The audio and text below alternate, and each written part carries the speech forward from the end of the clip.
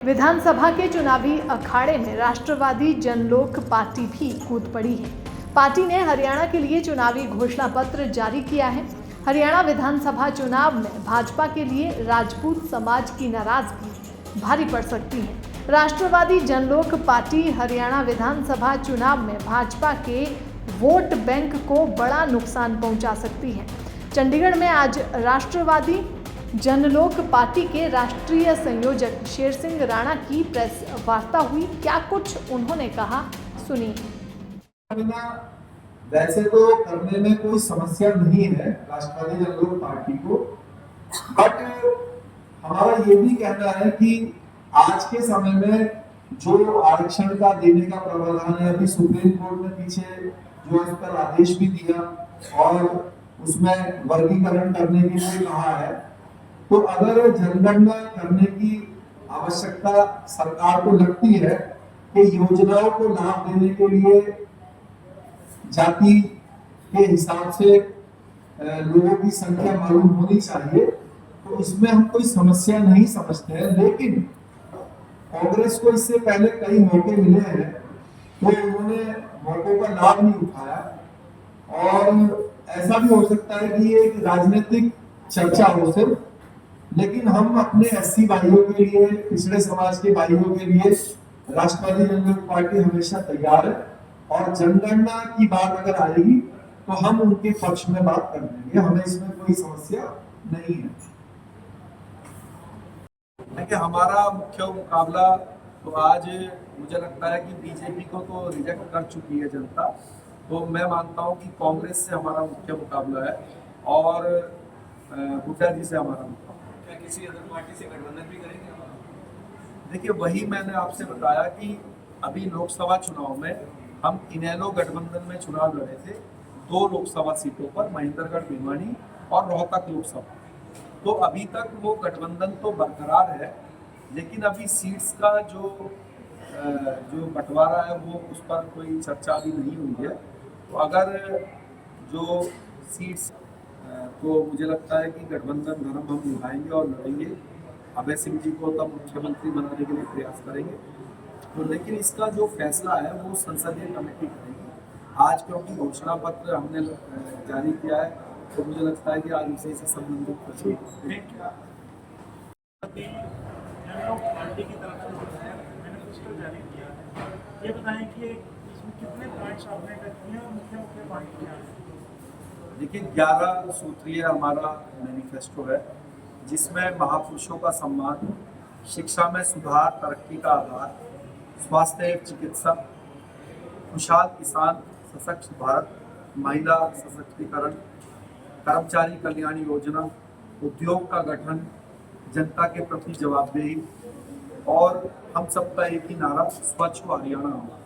तो हमारा ये 11 सूत्रीय जो है मैनिफेस्टो है और इसके अंदर जो है, जो सबसे पहली जो मुख्य योजना है वो ये है कि सरकारें जो है कभी किसानों का कर्ज माफ करती हैं, कभी व्यापारियों को कोई छूट देती हैं। तो हमारा ये मानना है कि चाहे किसी भी वर्ग का व्यक्ति हो, उनको किसी प्रकार की सरकार से हेल्प दे पाए। तो हमने ये कानून बनाए हुए हम कि 5 लाख रुपए की सब्सिडी हम लोग देंगे हर वर्ग को, चाहे वो किसान हो, चाहे वो व्यापारी हो, चाहे किसी भी वर्ग का हो, किसी भी जाति का हो। तो हम 5 लाख रुपया उसको देंगे, 1 लाख रुपए की हर साल सब्सिडी देंगे 5 वर्षों तक, चाहे वो बैंक लोन हो, चाहे ऑटो लोन हो, चाहे किसी भी प्रकार का लोन किसी भी परिवार ने लिया हो। आपने महिलाओं को मोबाइल फोन देने की बात की, क्या योजना है, क्या ये पॉसिबल है? देखिए, हमने मोबाइल फोन भी, हमने मोबाइल रिचार्ज और जो डाटा है उसको फ्री देने की हम जो है घोषणा करते हैं। और उसका मुख्य कारण ये है कि हमें ये देखने में आया है कि कभी कभी घर के अंदर परेशानियां होती है जिसकी जानकारी महिला दे नहीं पाती है। जैसे कि बच्चे हमारे ट्यूशन पढ़ने के लिए जाते हैं, तो उनके ऊपर पहले ही अनेक तरह के बोझ हैं, फिर आए दिन मोबाइल की कंपनियां इसमें जो है लगातार बढ़ोतरी कर रही हैं। तो हमारा ये मानना है कि हर जो स्कूल या कॉलेज में पढ़ने वाली जो हमारी बेटियां हैं उनको 200 रुपये तक का रिचार्ज हम दें, फिर मोबाइल डाटा, और जो हमारी गृहिणियां हैं उनको करीब 100 रुपये का डाटा हम मुफ्त दें सरकार की तरफ से, जिससे कि जो उनकी ज़रूरत की चीज़ें हैं वो कम से कम रुकावट उसमें ना हो। कितनी सीटों पर चुनाव लड़ने का पार्टी की तैयारी कर रही है?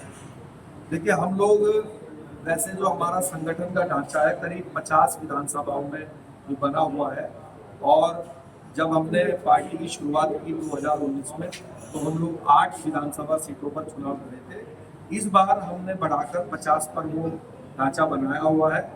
अब अगर हम गठबंधन में चुनाव लड़ते हैं तो कितनी सीटें राष्ट्रवादी जनलोक पार्टी के हिस्से में आएगी, ये फिर उस पर निर्भर करेगा, और अगर हम अकेले चुनाव लड़ते हैं तो फिर कितनी सीटों पर हम लड़ते हैं, ये जो हमारी एक 11 लोगों की संसदीय कमेटी है वो है। जो परिवार में जो बच्चे हैं, मतलब हमारी बहनें हैं, हमारी माताएं हैं, या कोई व्यक्ति भी है, तो एटलीस्ट उसका हम इतना चार्ज तो नहीं करेंगे कि भाई वो जो है फालतू में टाइम वेस्ट करने में लगा हुआ है, लेकिन इतना उसके हमेशा मोबाइल में चार्ज रहे मासिक रूप से, मान लीजिए 100 रुपए करते हैं, कि जो उसकी जो एक बेसिक में जो नेसेसिटी है वो एटलीस्ट पूरी हो जाए। क्योंकि आज के समय में कुछ बच्चे जो है वो नेट के द्वारा ही पढ़ाई लिखाई करते हैं। पढ़ने लिखने के साधन भी आज के समय में टीचर से ज्यादा लोग गूगल पर ज्यादा पढ़ रहे हैं। तो हम एक ऐसी व्यवस्था रखेंगे कि जो स्कूल या कॉलेज में पढ़ने वाले बच्चे हैं उनको मान लीजिए 200 रुपए का रिचार्ज मिले, और जो घरेलू महिला और पुरुष हैं उनको 100 रुपए का मिले। तो इस तरह का हम व्यवस्था बनाएंगे। इसके लिए हम एक कमेटी गठन करके उससे एक रिपोर्ट मंगा लेंगे कि कैसी व्यवस्था इसमें बननी चाहिए, लेकिन ऐसा हमारा मानना है कि ऐसी बननी चाहिए। अब कितना रिचार्ज सरकार वहन कर सकती है, कितने रुपए का, और क्या क्या वहन कर सकती है, इस पर तो जो कमेटी की रिपोर्ट होगी उस पर हम काम करेंगे। राणा जी, आपके मैनिफेस्टो में ना युवाओं के लिए, खासकर अभी ओलंपिक में हमारे खिलाड़ी भाग जीत के आए थे, खेल पॉलिसी को लेकर कुछ नहीं है। एक दूसरा इसी में जो महिला खिलाड़ी के यौन शोषण, जो सुरक्षा है, चाहे वो हमारी कोई बहन खिलाड़ी हो, चाहे वो जॉब करने वाली हो, चाहे वो पत्रकार हो, चाहे वो किसी भी फील्ड से हो, उनकी सुरक्षा की जिम्मेदारी राष्ट्रवादी जनलोक पार्टी की है। जब सरकार में आ जाएंगे तो सरकार के रूप में हमारी उसकी जिम्मेदारी होगी। अगर किसी हमारी बहन के ऊपर कोई भी आंख उठा के नहीं देखेगा तो कड़ी से कड़ी सजा उसको देंगे। आपने बात खेल की योजना की बात करी, हमारा ऐसा मानना है कि जो हमारी बिटिया, हमारा भाई जो देश का नाम रोशन करे, तो उसको अभी भी कई राज्य सरकारों ने ये प्रावधान किया हुआ है। अगर शायद आज राष्ट्रवादी जनलोक पार्टी की सरकार होती तो जो खिलाड़ी आज इनाम जीत के लाए हैं देश के लिए और जिन्होंने सम्मान बढ़ाया है, तो उन लोगों को सबको क्लास 1 जॉब हम देते। जिस तरह से हमने पॉलिसी इसमें भले नहीं लिखी है लेकिन बनी हुई है वो भी, कि जो गोल्ड मेडल जीते उसको 10 करोड़। अच्छा, इसमें पेंशन, इसके लिए माफी चाहेंगे, अब इसमें प्रूव करवा देंगे जी। और मुझे लग रहा अगर जैसे अभी विदेशी है, भले वो कुछ उससे रह गए, तो मेरा तो ऐसा मानना है कि अगर हमारी सरकार होती तो हम उनको भी जो है वो प्रोत्साहन राशि भी देते और उनको जो भी एक जीते हुए खिलाड़ी के रूप में मिलना चाहिए वो भी उनको प्रोवाइड करा दें। कितनी सीट पे लड़ने का फैसला किया अभी आपने? देखिए, वैसे तो हरियाणा की करीब 50 विधानसभाओं में हम लोगों ने एक लिस्ट तैयार की है जिस पर कैंडिडेट हमारे जो है वो अभी मौजूद है। लेकिन जैसा कि मैंने आपसे बताया कि हमारा ऑलरेडी गठबंधन है, तो अब गठबंधन धर्म निभाना पड़ेगा। उस अनुरूप में जो सीट हमारे हिस्से में आएगी तो उस पर हम लोग लड़ेंगे।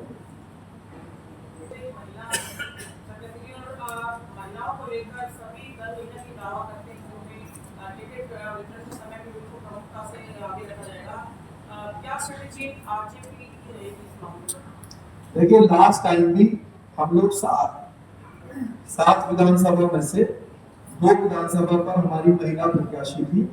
ये जो नीलम खेड़ी का आपने जिक्र किया, वहां पे अरुणा बहन वाल्मीकि समाज से थी वो, तो अरुणा बहन चुनाव लड़ी थी। तो हमारी 2 प्रत्याशी लास्ट टाइम भी थी और इस बार भी हमारा प्रयास रहेगा कि जो भी महिला अगर कोई जीतने में सक्षम है और समाज के अंदर सक्रिय रहती है, क्योंकि हमारा ये मानना है कि किसी डमी महिला को कई पार्टियां जो है वो ऐसी महिलाओं को चुनाव लड़वाती है जो अपने घर से संबंधित होती है और फिर वो जब चुनाव जीत जाती है तो लोगों के बीच में जाती नहीं है।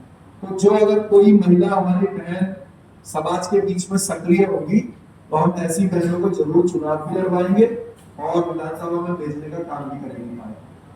ये स्वर्ण आयोग बनाने की मूल बात है, इसके अंदर स्वर्ण आयोग बनाएंगे तो रोज लोग आप अगर हम कहें तो 4 वर्गीकरण हैं। एक तो हमारा SC/ST आयोग मौजूद है हमारे दलित समाज के और भाइयों के लिए। दूसरा जो है आपका हमारे देश में पिछड़ा आयोग मौजूद है और तीसरा जो है अल्पसंख्यक आयोग मौजूद है। तो जो हमारे सिख भाई हैं, हमारे मुस्लिम भाई हैं, हमारे मतलब जो भी अल्पसंख्यक है देश में, ईसाई है, क्रिश्चियन, तो वो लोग तो कवर हो जाते हैं अल्पसंख्यक आयोग में। SC/ST आयोग में SC भाई हो जाते हैं सर, और पिछड़े आयोग में जो है वो पिछड़ा समाज हो जाता है। सिर्फ देश में जो है जो जनरल कास्ट के लोग हैं उनके लिए कोई ऐसा प्लेटफॉर्म मौजूद नहीं है कि अगर उनके है तो वो अपने आयोग में जाके उससे न्याय प्राप्त कर सकते हैं। जैसे कि आप आए दिन ये देखते हैं, मीडिया वाले उसको चलाते भी हैं कि कई बार कई जो आजकल यूट्यूबर्स हैं या फेसबुक पर, सोशल मीडिया पर ब्राह्मणों को गाली दे देते हैं, पंडितों को गाली दे देते हैं। तो अब उसके पास जो चारा बचता है वो ये है कि भाई वो पुलिस थाने में जाकर कंप्लेन करे। लेकिन अगर आप वैसे ही अपशब्द किसी SC भाई के लिए बोल देंगे तो आपके ऊपर जो है SC/ST का केस लग जाएगा।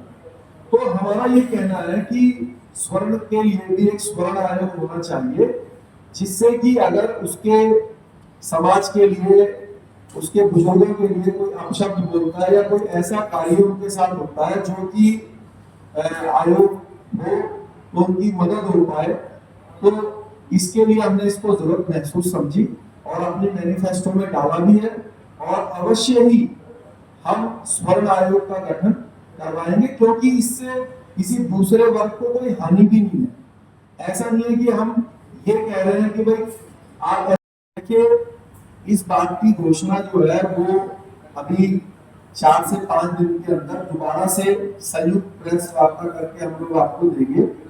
अभी हम आज की बात करते हैं तो आज क्योंकि मुख्य उद्देश्य मैनिफेस्टो जारी करने का है तो हम लोग अकेले चुनाव लड़ेंगे। पिछला चुनाव हमने अकेले लड़ा था, इस बार का जो चुनाव है क्योंकि हमारा इनेलो से गठबंधन है, लोकसभा का चुनाव भी हम लोग मिलकर लड़ रहे हैं।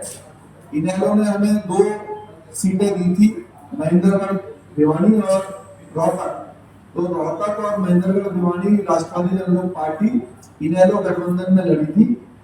अभी जो है 2 तारीख को हमें ये मालूम पड़ेगा, हमारी जो संसदीय कमेटी है वो भी मीटिंग कर रही है कि हमें अकेले चुनाव में जाना है या फिर इनेलो और बसपा के साथ मिलकर चुनाव लड़ना है। तो इस बात की जानकारी बहुत जल्द दोबारा से प्रेस वार्ता करके देंगे।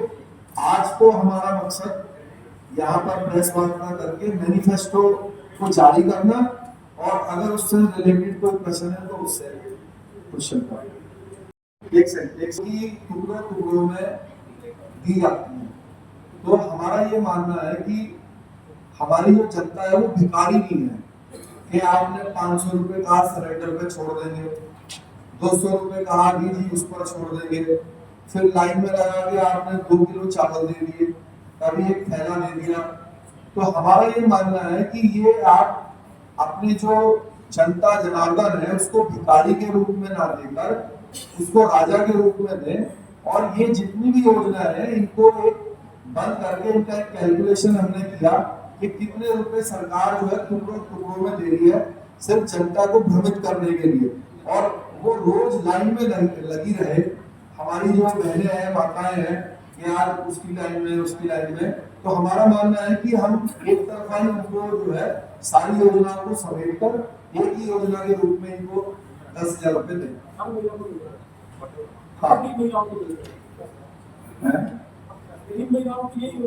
ये नहीं, ये प्रति राशन कार्ड है। मान लीजिए एक राशन कार्ड में 5 नाम है या 10 नाम है, 2 नाम है, तो ये एक फैमिली के रूप में।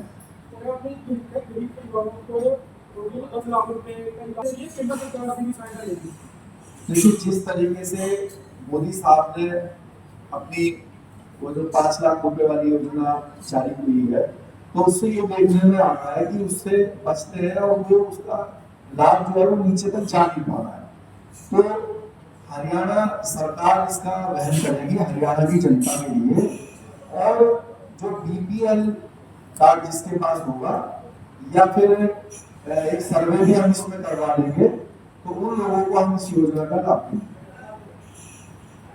बयान गलत है और राष्ट्रवादी जनलोक पार्टी उनके बयान को जो है वो बहुत खराब बोलती है, और मुझे लगता है कि जो हमारे सिख भाई हैं उसमें वो सही है, क्योंकि किसी भी वर्ग या किसी, देखिए हमारे किसान भाई सही मुद्दे पर बैठे हुए थे, इसीलिए सरकार को जो है चीजें वापस लेनी पड़ी। तो हम कंगना जी को ये चेतावनी भी देते हैं कि आगे से वो किसी जाति या किसी धर्म को लेकर अपशब्द ना बोले। और हमारे जो किसान हैं, देखिए हो सकता है कि जब कोई आंदोलन चल रहा हो उसमें कोई ऊपर नीचे बात हुई हो, लेकिन आप उसको पकड़ के अगर किसी पूरे किसानों के लिए अपशब्द बोलेंगी या किसी धर्म या जाति के लिए अपशब्द बोलेंगे, तो कोई भी व्यक्ति हो वो गलत है। और मुझे लगता है यही कारण है कि भारतीय जनता पार्टी ने खुद उनको इस बात पर नोटिस जारी करके अपने आप को इससे साइड किया। शेर सिंह जी, भारतीय जनता पार्टी की आपने बात की, पिछले चुनाव में आपकी पार्टी ने हरियाणा में 7 सीटों पर कैंडिडेट उतारे थे, और जिस तरह से ये नीलोखेड़ी में से अरुणा जी और भवानी खेड़ा में विकास जी, और इसके अलावा दादरी में से आपके जिला अध्यक्ष हो जाते हैं सुरेंद्र सिंह जी को उतारा था, और राकेश तंवर जी, और इस तरीके से शासन करते थे। तो बीजेपी को कहीं ना कहीं सहयोग करने में, और जो बीजेपी के प्रतिद्वंदी थे चाहे कांग्रेस के या दूसरी पार्टी के, उनको हराने में अहम भूमिका रही थी आपको समाज के लोग की। अब आप अपने खुद के 30 कैंडिडेट उतार रहे हैं मैदान में, तो इसका सीधा नुकसान किसे होगा और किसको लाभ पहुंचेगा? क्या स्ट्रेटेजी है, क्या इसका हो सकता है? देखिए राष्ट्रवादी जनलोक पार्टी एक विचारधारा का राजनीतिक दल है। ये विचारधारा हमने आपके सामने रखी है मैनिफेस्टो के रूप में। अब हम एक राजनीतिक दल है, हमारा कर्तव्य है कि हम चुनाव में जाएं, लोगों की बात सुने और अपनी बात रखें, और चुनाव जीतकर सरकार बनाएं या सरकार बनाने में अपने विचारधारा के राजनीतिक दल का सहयोग करें। अब हमारे कारण कौन हारता है कौन जीतता है इसका ना हमने कभी विचार किया और ना हम भविष्य में करेंगे। कई लोग ये बोलते हैं, हम पर आरोप लगाते हैं कि 2019 में, जैसे कि आपने प्रश्न किया, जब हम लोग चुनाव लड़े तो हमारे आरजेपी पार्टी के कारण बीजेपी वो सीटें हार गई। जैसे आपने नीलोखेड़ी का जिक्र किया, तो करीब 8,000 वोट हमें वहां पर मिले और 2,200 वोटों से वहां पर बीजेपी हार गई। तो हम पे ये आरोप लगा कि अगर आरजेपी पार्टी यहाँ चुनाव नहीं लड़ती तो बीजेपी जीत जाती, क्योंकि ऐसा बोलते हैं कि आरजेपी का और बीजेपी का कोर वोट एक है। लेकिन देखिए, चाहे बीजेपी हो चाहे कांग्रेस हो, जनता सभी से त्रस्त है और एक नया जो राजनीतिक दल है उसको मौका देने के लिए तैयार है। 2019 में हम पहली बार चुनाव लड़े और मैं आपको बता दूं पत्रकार भाइयों को बहनों को कि पहली बार में ही हमारे आरजेपी को करीब 8-8, 10-10, 12-12 हजार वोट मिले। और आप देखिए कि जो बसपा थी या दूसरे राजनीतिक दल थे उससे दुगने से तीगने वोट हमारी पार्टी को फर्स्ट टाइम में मिले। तो इस बार तो हमने हरियाणा के अंदर बहुत मजबूत एक संगठन का ढांचा बनाया हुआ है पिछले 5 वर्षों में, और लोगों के बीच हम लगातार हैं। तो इस बार मेरा मानना है कि हम लोग जो है वो कई सीट जो है वो जीतेंगे और हरियाणा की सरकार में हिस्सेदार बनके जनता की आवाज को बुलंद करेंगे विधानसभा के अंदर। श्रीमती सत्यवती जी, क्योंकि उनका स्वास्थ्य ठीक नहीं था तो इसलिए ये इसका मैनिफेस्टो को जारी करने के लिए मुझे आना पड़ा और ये जिम्मेदारी उन्होंने मुझे दी।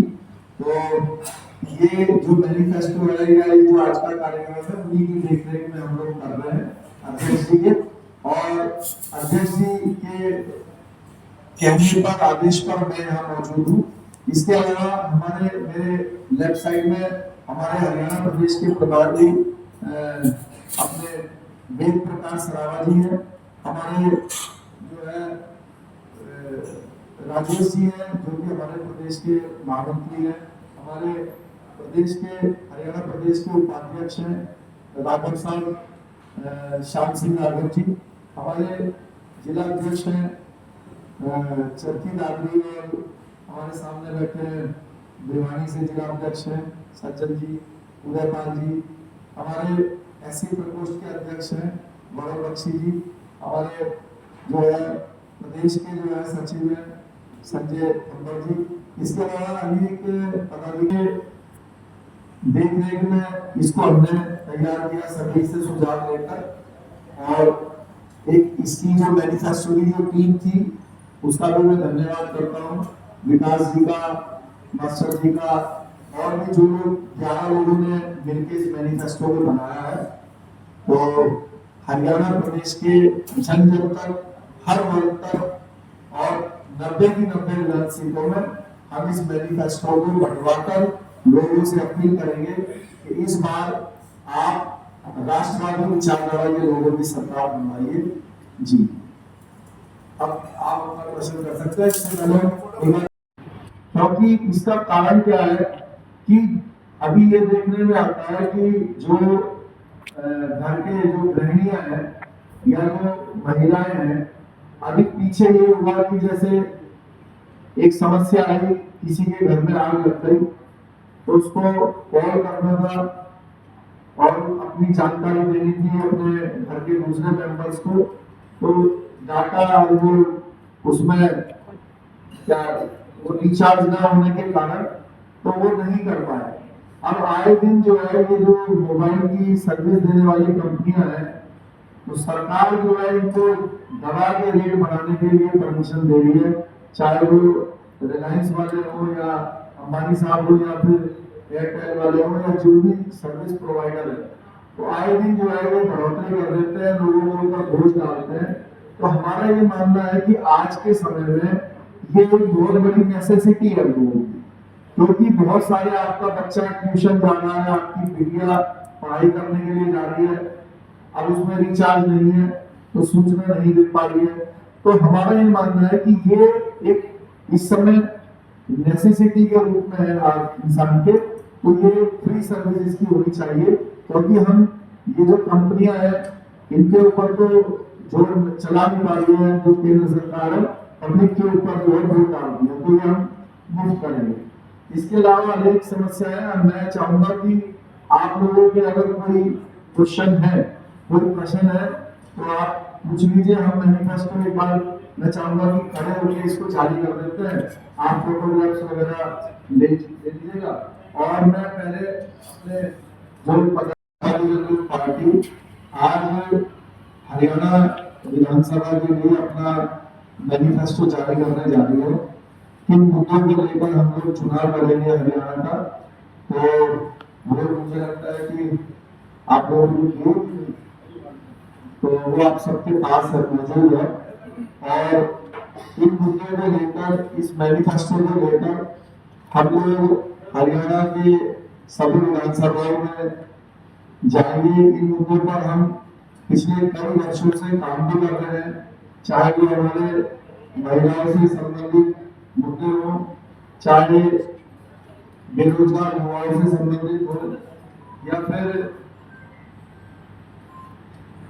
चाहे महापुरुषों का सम्मान की बात हो, शिक्षा में सुधार, तरक्की का आधार, स्वास्थ्य चिकित्सा की बात हो, और खुशहाल किसान, सशक्त भारत, महिला सशक्तिकरण, कर्मचारी कल्याण योजना जो सरकारी कर्मचारियों के लिए कई योजनाएं हैं हमारे मैनिफेस्टो में। और कुछ आयोग जैसे क्षत्रिय आयोग है या जो ब्राह्मण आयोग है, उस तरह के आयोगों की जो रचना है उसके संबंधित है। और जनता के प्रति जो हमारी जवाबदेही है उसको भी हमने इसमें दिया हुआ है। इसके अलावा अगर मैं मुख्य मुद्दों की बात करूं तो इसमें हम 5 लाख रुपए का जो है वो एक सब्सिडी देंगे सभी लोगों को। किसी भी प्रकार का लोन किसी भी व्यक्ति ने लिया हुआ है, चाहे वो ऑटो लोन हो, चाहे वो हाउस लोन हो, चाहे वो किसान हो, चाहे वो व्यापारी हो, चाहे वो किसी भी वर्ग का हो, किसी भी जाति का हो, तो सभी को 5 लाख रुपए के जो सब्सिडी है वो देंगे। अगर किसी ने 20 लाख रुपए का लोन लिया हुआ है, मान लीजिए हाउस लोन लिया हुआ है, तो पर ईयर जो 5 साल सरकार रहेगी हर वर्ष 1 लाख रुपए की सब्सिडी उसको उसके लोन में देंगे। क्योंकि देखने में आता है कि लोग किसी ना किसी प्रकार का लोन लेके रखते हैं, तो हम लोग कभी किसानों के लिए या किसी वर्ग के लिए तो सब्सिडी या छूट देते हैं, लेकिन राष्ट्रवादी जनता पार्टी हरियाणा का कोई भी परिवार हो और उसने किसी भी प्रकार का लोन लिया हुआ हो, सभी लोगों को 5 लाख रुपए की सब्सिडी देगी। तो ये हमारे मैनिफेस्टो में है। इसके अलावा हम देखते हैं कि इंडिया गेट पर अमर जवान ज्योति जलती है। 1947 के बाद देश के लिए जो लोग शहीद हुए हैं उनकी याद में वो जलती है। हमारा ये कहना है कि 1947 से पहले जो लोग देश के लिए शहीद हुए हैं, कुर्बानी दी है, आप में से, हम में से, पूरे देश में ऐसा कोई भी परिवार, ऐसा कोई भी व्यक्ति, ऐसी कोई भी जाति, ऐसा कोई भी धर्म नहीं है जिसके परिवार का कोई ना कोई व्यक्ति कभी ना कभी इस देश के लिए उसने शहीदी ना दी हो। तो उनके सम्मान में पूरे देश में ऐसा कोई जगह स्थान नहीं है जहां पर हम उनको याद कर सकते हो या उनको सम्मान दे सकते हो। तो हमारी राष्ट्रवादी जनता पार्टी इस तरह का एक स्मारक इंडिया गेट पर अमर जवान ज्योति के साथ ही जले, ऐसी व्यवस्था बनाने की कोशिश करेगी। और जब तक वहां नहीं होगा तो हरियाणा के किसी स्थान पर उस तरह का जरूर हम अमर जवान ज्योति की तरह एक शौर्य ज्योति को जलाएंगे। इसके अलावा हम लोग जो है दैनिक सवेरा के लिए चंडीगढ़ से विजय श्योरॉन की रिपोर्ट। देश दुनिया की हर खबर सबसे पहले देखने के लिए फॉलो करें Dainik Savera TV, YouTube, Facebook, Instagram, X और व्हाट्सएप चैनल पर।